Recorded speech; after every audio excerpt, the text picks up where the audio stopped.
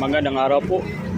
Nandito tayo ngayon sa may Pasig Palengke. Yan, Palengke Day. Napaka-busy dito sa ngayon, guys. Oh. Makikita natin dito yung napakadaming tinapay. So, umagang-umaga ngayon, mga alas 7 tayo dito pupunta. Nakita natin ito mga palindang tinapay dito.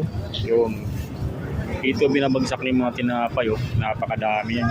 Dito makakabili ka ng mga tinapay dito, mga 10 piso. 10 piso lang, oh. Dito naman may mga buns, ito yung mga pang-burger nila na ginagamit, oh. Tapos yung mga chichirya, yan. Bilihan talaga to dito sa Pasig. Ang mga tinapay na mura lang.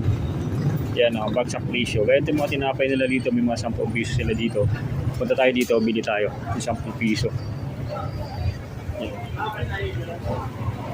Yan, 10 piso. Yan.